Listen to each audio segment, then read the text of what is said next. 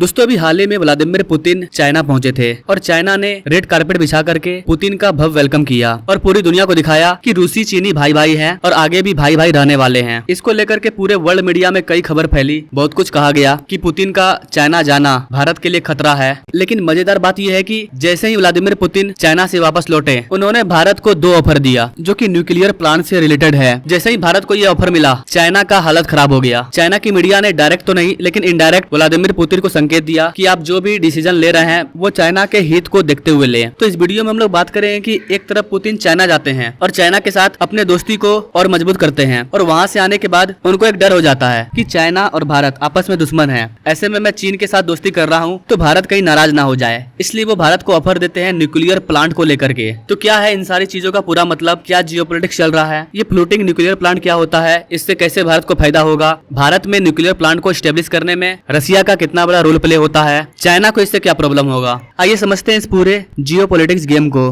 नमस्ते and welcome you all world affair, मैं विकास।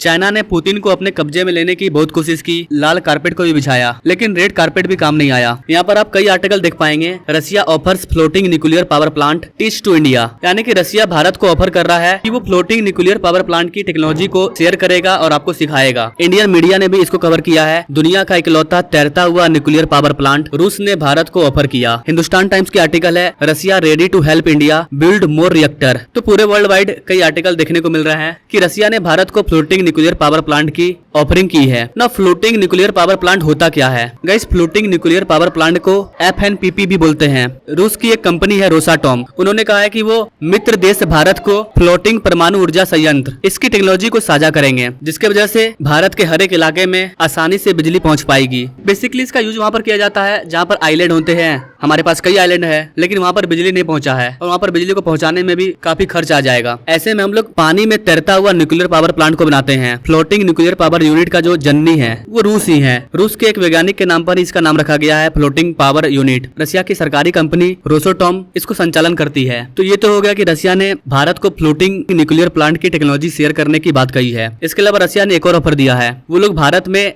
नया न्यूक्लियर प्लांट को स्टेब्लिश करेंगे। अभी वर्तमान में तमिलनाडु के कुडनकुलन में परमाणु ऊर्जा प्रोजेक्ट का निर्माण किया गया है। इसको रसिया की मदद से ही किया गया है। अब रसिया का कहना है कि भारत हमारे साथ मिलकर के एक और न्यू रिएक्टर पावर प्लांट को लगाए। चीन अमेरिका को ये बात काफी ज्यादा खटक रही है कि एक तो रसिया भारत को फ्लोटिंग पावर प्लांट ऑफर कर रहा है, ऑलरेडी पहले से ही एक न्यूक्लियर पावर प्लांट को भारत को बना करके दे रहा है, उसके बाद एक और नया न्यूक्लियर पावर प्लांट बनाने के लिए भारत से वादा कर रहा है। यानी कि भले ही चाइना रेड कारपेट बिछाए या फिर रूसी चीनी भाई भाई का नारा दे, लेकिन रसिया भारत का ही परम मित्र है और रहेगा। और न्यूक्लियर पावर प्लांट के इस ऑफर से ये चीज साफ हो चुका है। चीन का एक सरकारी मीडिया है ग्लोबल टाइम्स, ये वही बोलता है जो चाइनीज गवर्नमेंट बोलवाना चाहती है। इनके द्वारा कहा गया कि Russia should consider China's advantage and disadvantage before talking any action. China and Russia will strength their relation in the future. मतलब रसिया जो भी कर रहा है वो चाइना के एडवांटेज और डिसएडवांटेज को देख करके करे कि रसिया के द्वारा लिए गए एक्शन से चाइना को क्या फायदा होगा और चाइना को क्या नुकसान होगा। इस चीज को देख करके वो कोई भी एक्शन ले, तभी रसिया और चाइना का जो रिलेशनशिप है वो लंबे समय के लिए बरकरार रहेगा। चाइना डायरेक्ट रसिया कुछ नहीं बोल सकता है क्योंकि चाइना रसिया एक दूसरे के ऊपर डिपेंड है। और अभी तो पुतिन चाइना के घर से मिलकर के आए हैं, तो डायरेक्ट तो चाइना कुछ नहीं बोल सकता है पुतिन को, लेकिन घुरा फिरा के वही बात बोल रहा है कि अब भारत की कुछ ऐसी मदद ना करो जिससे हमें भी प्रॉब्लम हो जाए। क्योंकि न्यूक्लियर पावर प्लांट ये बहुत बड़ी बात है।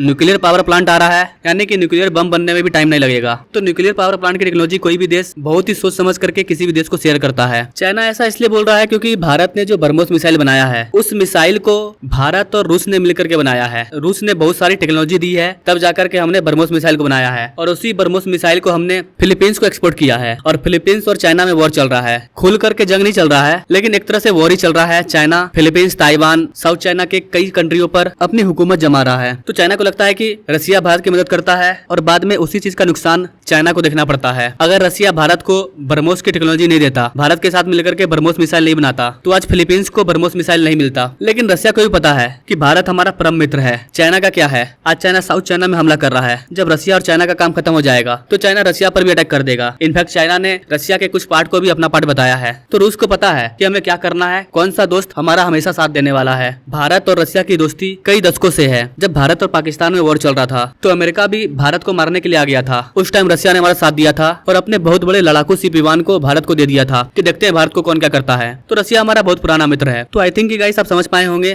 कि यहाँ पर क्या जियोपॉलिटिक्स गेम चल रहा है, कैसे भारत और रसिया मिलकर के लगातार आगे बढ़ते जा रहे हैं। जब रसिया पर विपत्ति आती है, अमेरिका सेंसेस लगा देता है, तो रसिया की इकोनॉमी को हम बचाते हैं और जिन चीजों की हमें जरूरत है वो चीज रसिया हमें प्रोवाइड कर रहा है। तो जिन लोगों को लग रहा था कि पुतिन और चाइना एक साथ मिल रहे हैं, दोनों भाई भाई हो चुके हैं, इससे भारत को प्रॉब्लम होगा, आई थिंक कि वो लोग इस वीडियो से समझ चुके होंगे कि रसिया और भारत का जो रिलेशनशिप है वो कभी खराब नहीं होने वाला है। जब तक पुतिन है तब तक, और पुतिन कब तक है, जब तक पुतिन जिंदा है तब तक, यानी लंबे समय तक भारत और रसिया की दोस्ती और स्ट्रांग होती जाएगी। बाकी आप इस चीज के बारे में क्या सोचते हैं कमेंट करें, और ऐसे ही लेटेस्ट अपडेट के बारे में जानने के लिए हमारे चैनल से जो जुड़े हैं। नाउ थैंक्स फॉर वाचिंग, मिलते हैं अगले वीडियो में एक नई जानकारी के साथ, तब तक के लिए जय हिंद।